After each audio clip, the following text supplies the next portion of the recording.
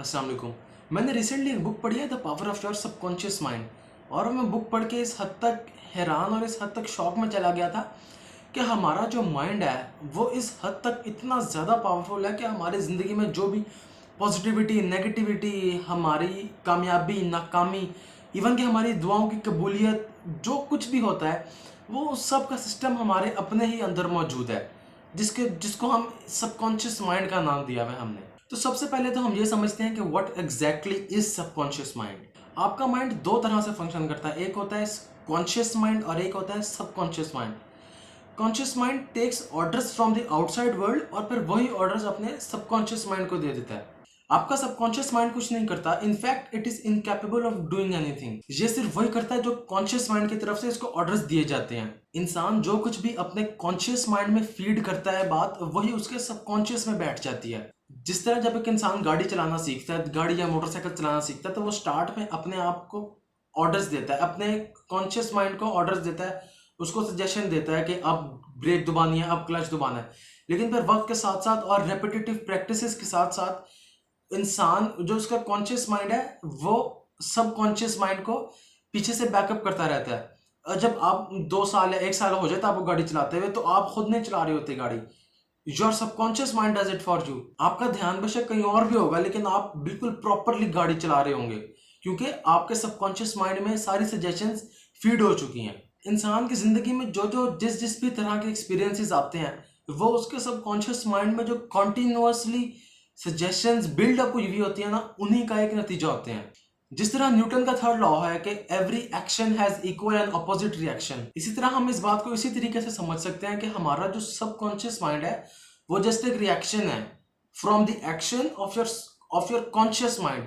जो हम अपने कॉन्शियसनेस में जो एक्शंस करते हैं, उनका रिएक्शन हमारे सबकॉन्शियस से शो होता है। जिस तरह एक शिप होती है, उसका एक कैप्टन होता है, और कैप्टन के अलावा नीचे इंजन में बैठे हुए लोग होते हैं जो एक्चुअली कंट्रोल कर रहे होते हैं शिप को। लेकिन हम इसको इस तरह से ले सकते हैं कि आप जो कैप्टन है ना, वो कॉन्शियस माइंड है, और जो नीचे शिप में, जो नीचे इंजन में बैठे हुए लोग हैं, वो आपका सबकॉन्शियस माइंड है। कैप्टन ने उनको जो ऑर्डर देना है वो नीचे शिप में बैठे, जो नीचे इंजन में बैठे हुए लोगों ने वो कर देना है। अगर उन्हें कैप्टन ने कहा कि इस पहाड़ पे या इस चट्टान पे मार दो, तो वो मार देंगे, क्योंकि उनके पास अपने डिसीजन पावर कोई नहीं है। वो सिर्फ वही आउटपुट देंगे जो उनको पीछे से इनपुट मिलेगा। अगर कैप्टन उनको सही तरीके से, सही तरह से गाइड करेगा, तो जो नीचे इंजन में बैठे लोग होंगे वो बिल्कुल सही तरीके से शिप चलाएंगे। इसी तरह यही है, हमारा माइंड भी बिल्कुल इसी तरह वर्क करता है कि अगर हम अपने माइंड में पॉजिटिविटी और नेगेटिविटी से दूर रहने के लिए ख्यालात लेके आएंगे, तो हमारा जो सबकॉन्शियस माइंड है वो ऑटोमेटिकली हमारे अंदर पॉजिटिविटी फीड करेगा और नेगेटिविटी से हमें दूर रखेगा। ये जो हमारे बिलीफ सिस्टम्स हैं, ये भी टोटली हमारे सबकॉन्शियस माइंड से रिलेटेड है। जितने ज्यादा हमारे बिलीफ स्ट्रांग होंगे, इसका मतलब है कि उतनी ज्यादा सजेशंस और उतने ज्यादा स्ट्रांग ऑर्डर्स हमारे सबकॉन्शियस माइंड में फीड किए गए हैं, जिसकी वजह से हमारा उस पर टोटल बिलीफ बन जाता है। अब एक इंसान कहता है कि मुझे करेले या कोई भी सब्जी, उसको कोई भी चीज कह लो कि उसको नहीं पसंद, यानी कि उसने बस अपने दिमाग में ये बात बिठाई हुई है और अपने आप को कहा है कि मुझे नहीं पसंद, मैं ये नहीं खाऊंगा। लेकिन अगर फिर उसको कभी किसी तरीके से उसको वो चीज दे दी जाए, तो वो लाजमी उसको बदहाजमा तो हो गई, कुछ ना कुछ तो उसको लाजमी गड़बड़ होगी, क्योंकि उसने अपने माइंड को बताया हुआ है कि मैंने ये चीज एक्सेप्ट ही नहीं करनी। और जब उसकी बॉडी में वो चीज जाती है, तो फिर बॉडी उसको ऑटोमेटिकली एक्सेप्ट नहीं करती और फिर उसका रिएक्शन आता है। इसी तरह हमारी जो दुआएं कबूल होती हैं, वो भी हमारे बिलीफ सिस्टम की वजह से होती हैं। हमारा जितना स्ट्रांग बिलीफ होता है, हमें लगता है कि हमारी उतनी अच्छी दुआएं कबूल हो रही हैं। लेकिन इसका भी यही सिस्टम है कि आप देखें कि अल्लाह ताला ने कितना अच्छे तरीके से दुआओं की कबूलियत का सिस्टम भी हमारे अपने ही अंदर फिट किया हुआ है।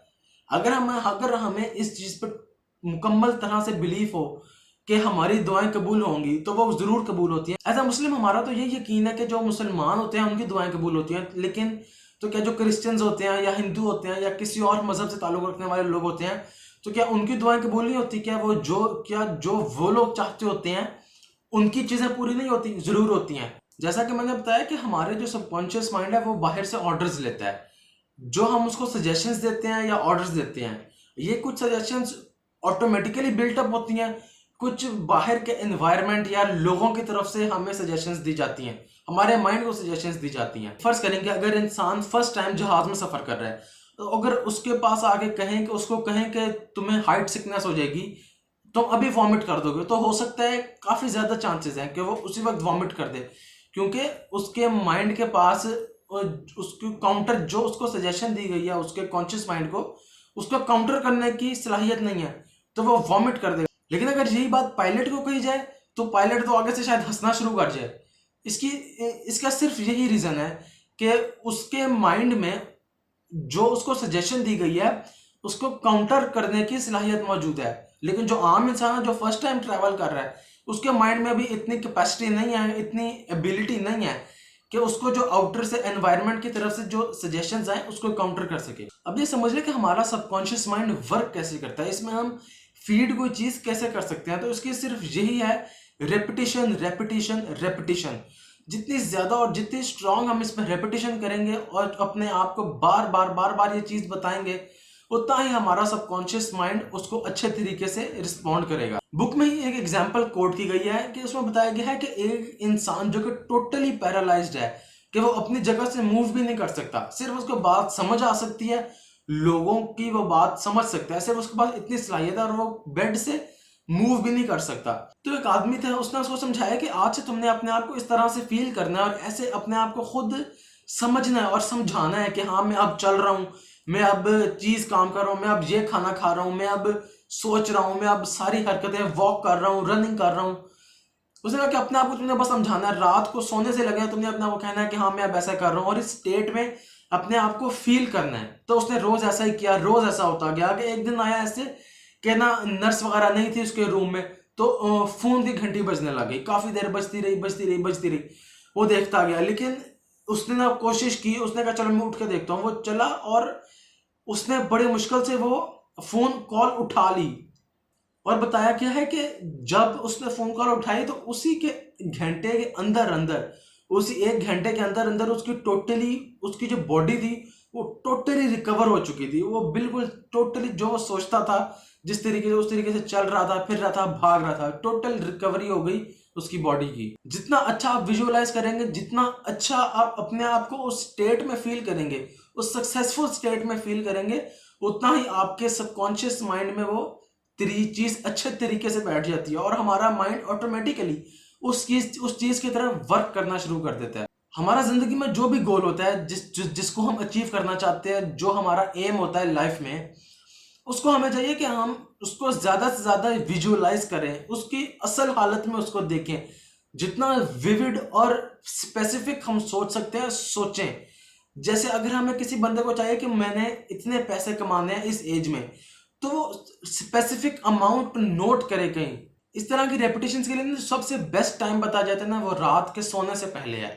यानी कि रात को नींद जब आप सोने लगते हैं उससे पहले, उस टाइम क्या होता है कि हमारा माइंड कहीं और से सजेशंस नहीं ले रहा होता, पूरी हर तरह के एनवायरनमेंट से उसको कुछ नहीं मिल रहा होता, वो सिर्फ स्टैटिक सिचुएशन में होता है कि जो उसको एक हम उस टाइम उसको सजेशन दे देंगे वो उसको एक्सेप्ट कर लेता है। किसी भी इंसान की फेलियर की बहुत सी रीजन है, एक ये भी रीजन है कि वो अपने आप को डिग्रेड बहुत करता है। वो अपने आप को समझता है कि मैं ये नहीं कर सकता, मैं वो काम नहीं कर सकता, मुझे ये आता नहीं है, या फिर मैं कंफ्यूज हो जाता हूँ इस काम से। अपने आप को वो एक तरीका ढूंढने लगता है कि वो अपने माइंड को एक चीज समझाने की कोशिश करता है कि मैं ये काम नहीं कर सकता। अपने माइंड को बताओ कि मैं ऐसा कर लूंगा। अपने आप को उस स्टेट में फील करना चाहिए, फील करना सीखें।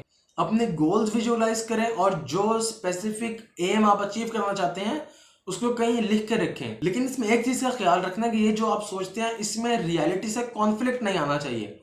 इस तरह ये नहीं करना कि मैं इस चीज की, ये चीज मेरे पास है, ये काम मैंने कर लिया हुआ है, ये नहीं सोचना। ये सोचना है कि ये मैं काम कर लूंगा अगर मैं इसी तरह ऐसे मेहनत करता रहा या कुछ भी इसी तरह से। यानी कि रियलिटी और सबकॉन्शियस माइंड की में जो सजेशंस जा रही हैं उनमें कॉन्फ्लिक्ट नहीं लाना बस। और सबसे बड़ा एक और काम भी करना है कि दूसरों के बारे में ना नेगेटिव सोचना छोड़ दें।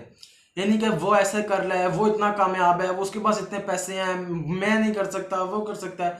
दूसरों के बारे में आप कुछ भी बात करते हैं ना, किसी भी तरीके से गीबत हो गई या कुछ भी, वो आपके ऊपर उसका नेगेटिव इम्पैक्ट पड़ता है। बेशक आपको लगता है कि मुझे मजा आ रहा है ऐसे बात करने में या उसकी बुराई करने में, अच्छा फील होता है, लेकिन उसका आपकी बॉडी में नेगेटिव इम्पैक्ट होता है। जो कि ऑटोमेटिकली आपका जो सबकॉन्शियस माइंड है उसको रिएक्ट करता है उस नेगेटिविटी पे। हमारी इस सोसाइटी में मसला क्या है कि जो लोग गरीब है ना, जिनके पास थोड़े पैसे कम है, उनका मोस्टली ये है कि उन्होंने अपने आप को गरीब एक्सेप्ट कर लिया, उन्होंने अपने आप को समझा दिया कि हम ऐसे ही ठीक है। इसकी तो मेन दो या तीन रीजन हो सकती हैं। सबसे पहले या तो वो लोग अपने आप को गुर्बत में ना अच्छा समझते हैं कि हम बहुत अच्छे हैं, हम इस तरह नेक रहेंगे, और अपने आप को ना इस स्टेट में ले आते हैं कि वो गुर्बत में अच्छा फील करने लग जाते हैं और समझते हैं कि गरीब होना बड़ा कोई अच्छा काम है, बड़ी नेकी वाला काम है, इस तरह से फील करने लग जाते हैं। और इसकी दूसरी रीजन ये है कि वो अमीरी में ना बुराइयां तलाश करते हैं कि अमीर लोग ऐसे हो जाते हैं, अमीर इस तरह से हो जाते हैं, जिसके पास ज्यादा पैसा आ जाए वो ऐसा हो जाता है। यानी कि वो ज्यादा पैसों में बुराइयां तलाश करना शुरू कर देते हैं और थोड़े पैसों में अच्छाइयां देखना शुरू कर देते हैं, और फिर हर बात पे कंप्लेन भी करते हैं। यानी कि इस तरफ भी नहीं रहना और उस तरफ भी नहीं रहना। हमारी सोसाइटी में लोगों को एक बात समझ नहीं आती कि जो गरीबी है एक जहनी बीमारी है। हमने जिसको एक्सेप्ट कर लिया ना, वो ये एक्सेप्टेंस वाली चीज ही नहीं है। ये चीज तो हमें समझनी पड़ेगी कि जिस चीज की हम बुराई करते हैं, जिस चीज में हम कीड़े निकालते हैं, वो चीज हमें कभी भी नहीं नसीब हो सकती, कभी भी हासिल नहीं हो सकती। सो ये था एक book review of the book the power of your subconscious mind bye Joseph Murphy. Thank you for watching.